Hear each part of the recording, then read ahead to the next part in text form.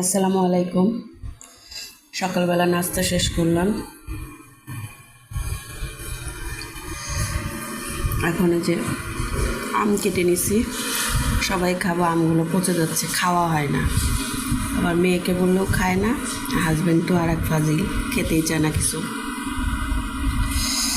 এখন এই যে আম কেটে নিছি। আর এটা কী আম আমি তো চিনি না, আমি আম চিনি না। এত মিষ্টি আম। আজকে একটু ভারী নাস্তাই করলাম।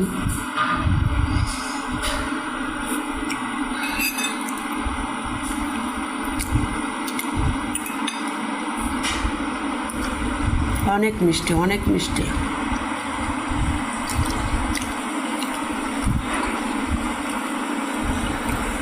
কার কার আম প্রিয়, আম খেতে ভালো লাগে, কমেন্ট করে জানাবেন।